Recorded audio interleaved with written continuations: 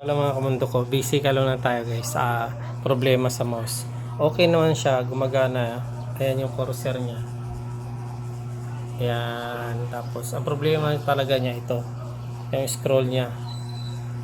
Dapat kasi itong itim na to bababa to eh. Ayan. Pag inikot natin to, ayan walang reaction siya. Dapat mayroon. So nabagsak kasi to kaya check natin kung ano yung naging problema sa loob. Ayan, buksan natin.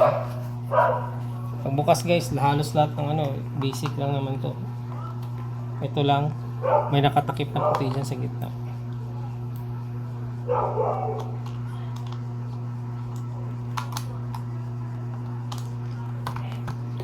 Cut mo. So, ito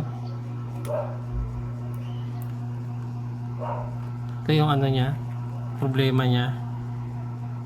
So, ang nakita ko, ito yung may putol siya guys.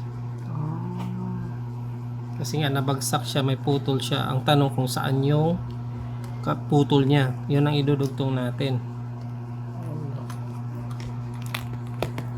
So wala, saan ba? Ay, ito ata.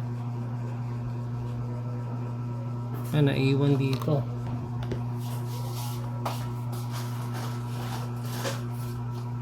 Naiwan sa loob guys, nandito yung kaputol niya.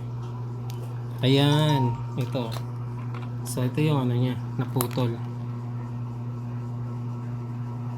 Idudugtong lang natin siya. Yan, ito yung naputol guys. Nakaano siya, maliit, masyadong maliit.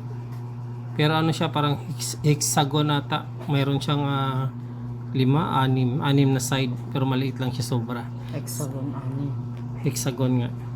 So